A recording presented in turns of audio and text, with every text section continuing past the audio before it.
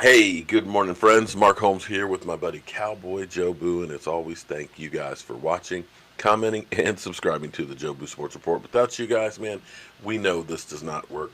Let's get open for business and let's wake up the football gods. Oh my God.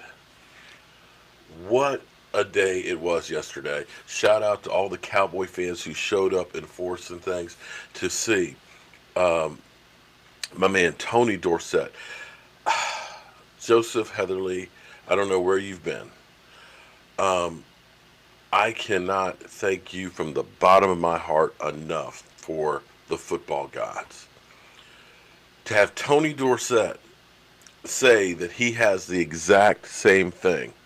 And I had a Facebook friend of mine who said, yeah, I've been in his office. He's got the exact same thing. To have him literally pick up the football gods there. Because it was funny, if you didn't see the clip. There's little screws that are up underneath of it, so that way that hold the figures in place. And so I left the screws off so that way I could pull the figure out so they could autograph it.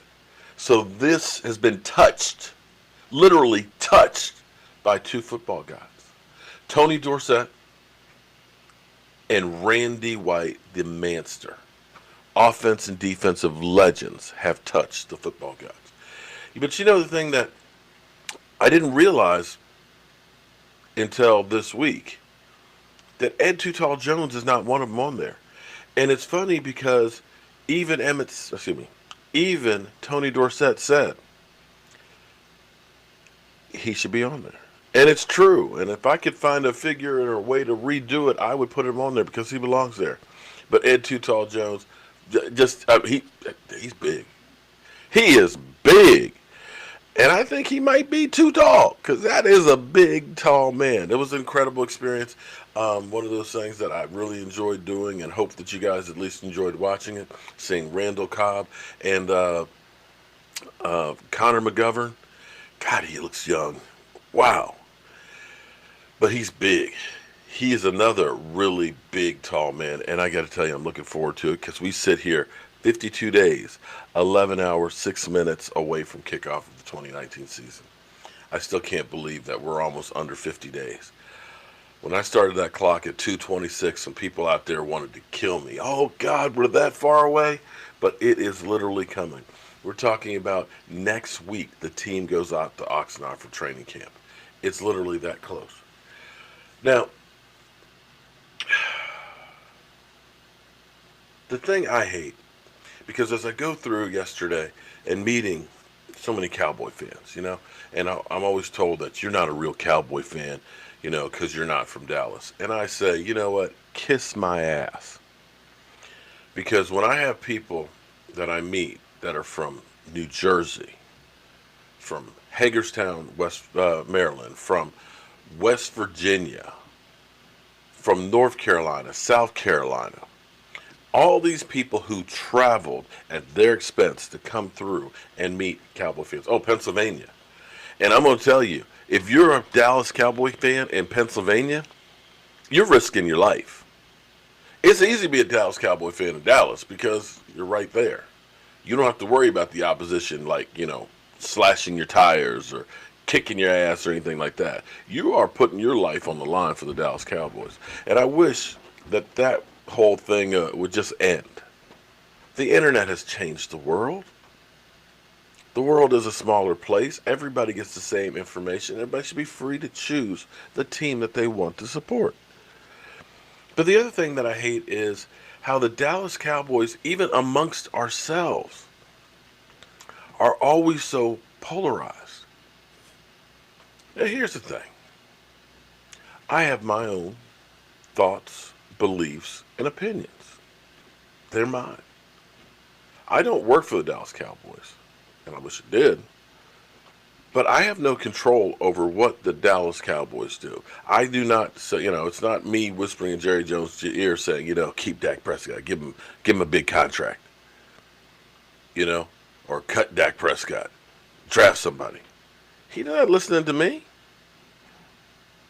If he was, I'd have a great case of the most expensive rum in the world up here in the locker. I am just a guy like you are that has an opinion on what I believe. Now I'm going to ask you, because Dak Prescott, and I thought Tony Romo was polarizing. I thought that we were just divided and everything with just Tony Romo, but apparently that's going to be the case, I guess, with anybody, but more so with Dak Prescott. And the talking heads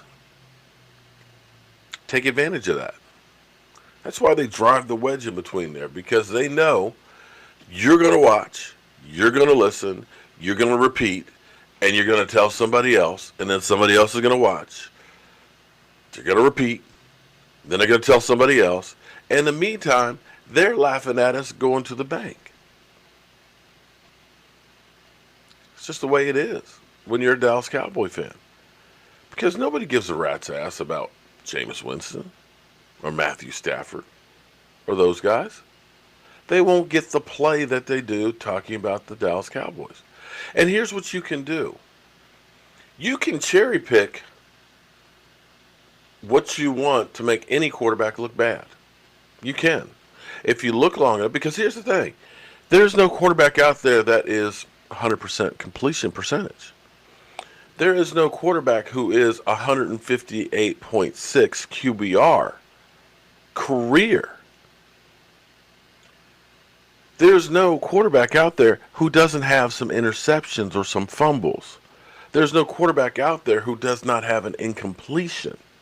It does not exist. So if you take all of those clips that are all bad and put them together, you can say, well, this is it. And then you assume, and understand what assume means. It means you make an ass out of you and me. Then you can believe, well, that's the way it is. And that's the narrative that a lot of people do. And you can go through with any quarterback and you can pull out some stats that they're not great with. Joe Montana wasn't a great deep passer because he didn't have the arm. But they catered an offense to fit what they did well and using the talents of Jerry Rice. Jerry Rice, most of his biggest touchdown catches were going across the middle on slants and taking it to the house. The West Coast offense is actually predicated on short passing, giving the guys the ball in space to make a play. Tom Brady has made a career of doing that. But fantasy football has changed the perception that if a quarterback, because in fantasy football, it's a lot of touchdown passes and it's a lot of yards. And a lot of times you're getting that because your team sucks. And you're getting touchdowns in garbage time. Or you're behind and trying to catch up and teams are in soft defenses, prevents. And you get statistics, but not necessarily wins. So, I ask this. Do teams win because of the quarterback or because of the team? That's the question I'm going to ask. Because you get both sides of the fence. When Dak Prescott wins, they say it's because of the team. He's just a bus driver. Okay? He's got a good team around him. All right, okay. That's one side of the fence. Other side of the fence is, it's the quarterback. You win because of the quarterback. If your reality is you win because of the quarterback, then let me ask this. In Dak's 3 years of being in the NFL, if it's just the quarterback is the reason that you win, that you can't, we can't win because we got Dak Prescott. He's not a good enough quarterback to win. Then that means, or explain to me then, how come he's 4-2 against Eli Manning? Because I know a lot of people say I'd take Eli Manning over him, okay? And I know a lot of people are laughing right about now. But I know a lot of people said I'll take Kirk Cousins over Dak Prescott, even though Dak Prescott is 4-0 against Kirk Cousins. A lot of people say I'll take Carson Wentz over Dak Prescott, yet Dak is 3-1 against Carson Wentz. Dak Prescott, some of the people that Dak Prescott has won games against. Because clearly, if it's only about the quarterback, then the best quarterback in football, the bad man, Aaron Rodgers, of course, would beat him every time. Doesn't matter about a team. It's just Aaron Rodgers. So Aaron Rodgers, of course, Dak, the first time he faced him in the playoffs, Dak actually had more touchdown passes than Aaron Rodgers. And if it weren't for a miracle play, At the end of the game, Dak had 3 touchdowns, by the way. We would have won that playoff game as a rookie. And rookie quarterbacks, understand, very rarely win in the playoffs. But he's beat him in the regular season, too. Russell Wilson, he even got him in the playoffs. So if it's about quarterbacks, and Russell Wilson, who just got paid $35 million, Dak beat him in the playoffs.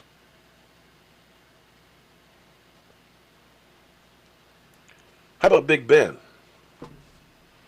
We went to Pittsburgh as a rookie, and the Steelers have never lost to a rookie quarterback at home until Dak Prescott. And it wasn't just a running match. It was a 30 plus game. Big Ben beat that guy. Andy Dalton. Some people said Joe Flacco, who just got traded to Denver. He's beat that guy. Some people said take Matthew Stafford over him. He's beat that guy quite a few times. Alex Smith, where people said, he's kind of like an Alex Smith and things, good enough to take him to the playoffs and things. And a lot of people said, oh, the Redskins, now they have a real quarterback with Alex Smith. They're going to do a lot of things. Yeah. Dak beat him in Kansas City. Derek Carr. Yeah. We know his brother is always talking down about Dak, but yet he's beat that guy too. Those guys aren't good enough for you? How about Drew Brees? Drew Brees, a team that should have won the Super Bowl, he beat that guy. I can throw Jameis Winston on there because the reason why I throw him on there is because I've gotten to the point where some of you people are actually now taking their time to send emails to me to discuss my quarterback. It's not enough just to go through and make comments on here. Your hate is, I am so embedded in your brain that you think I am so powerful that I literally control what the Dallas Cowboys do. That's actually a high compliment. So keep those emails coming. But especially with all the hate, because that hate fuels me. It makes me work that much harder. So hate away. But I had a person who basically, I won't say the things that they called me. They said that Dak Prescott, don't talk about Dak Prescott and other elite quarterbacks like Jameis Winston and Jimmy Garoppolo. Yeah. Dak's beat Jameis Winston. He hasn't faced Jimmy Garoppolo because, well, Jimmy Garoppolo's only played like 10 games. So sooner or later, we'll get to that guy too. So if it's all about the quarterback, and if Dak Prescott is a garbage quarterback, yet he's got this list right here. You paid Kirk Cousins $28 million, and people say, oh, you can't pay him as much. Well, he's kicked that guy's ass 4 times. 4 times out of 4. He's beat Carson Wentz 3 out of 4 times, and he got paid, right? But you can't pay Dak Prescott. Aaron Rodgers, he's beat that guy. He's in the 30s. Matty Ice, he's 30. He's beat that guy. So where is the problem? Because I go through here, all these guys on this list, right here, all of them are making a shitload ton more money than he is. And yet, Dak's beat him. But the thing about it is when Dak wins, it wasn't Dak Prescott. That's what the haters will do. Oh no, it's the team around him. He's got the best offensive line of football, even though we only had 2 of our great players, and one of them was on one leg. This is about Zeke Elliott. Well, Zeke Elliott, he missed 6 games that one year. And when you look back with Tony Romo in 2014, DeMarco Murray holds the season record for rushing for the Dallas Cowboys. And led the league. And you could not look at the receiving core we had last year and say that was an elite core before Amari Cooper. But yet, that's where everybody says, it's the team. It's not Dak. It's the team. Okay. And I agree. that it's beyond just the quarterback. It takes a whole team to win consistently. I agree. Quarterback gets too much credit and too much blame. But if your criteria is he's not an elite quarterback, and you have to have an elite quarterback to win, explain to me how he wins. All right, guys. Sorry, I got a little long-winded here. I'm very passionate when it comes to my quarterback. And they say, why do you keep doing these things? Because idiots out there keep coming up with garbage that keep flooding your brains and getting you skewed away from what the facts are. And I'm not saying that I am right. I'm not saying that they're right. But I ask you to look at all the information. Gather as much. Put everything out on the table. Look at it. And look at this Dallas Cowboy team right now with what they've been building since 2013. This is a whole new team that's loaded with talent, that is building something special. And instead of being so negative and downtrodden and hateful, you should look and say, man, we're going in the right direction. We're building something great. Let's see where it goes. But then again, what do I know? I'm a guy with a day job and a voodoo doll. But tune in tonight, 9 o'clock Eastern. We'll be here live streaming, talking about everything that is the Dallas Cowboys, recapping the great time we had at the Chantilly Expo Center, the Dallas Expo Center yesterday with legends. My man, oh, God, I just can't believe that signed. And where we start getting ready for training camp and stuff. I'm Mark Holmes, and I'll see you soon.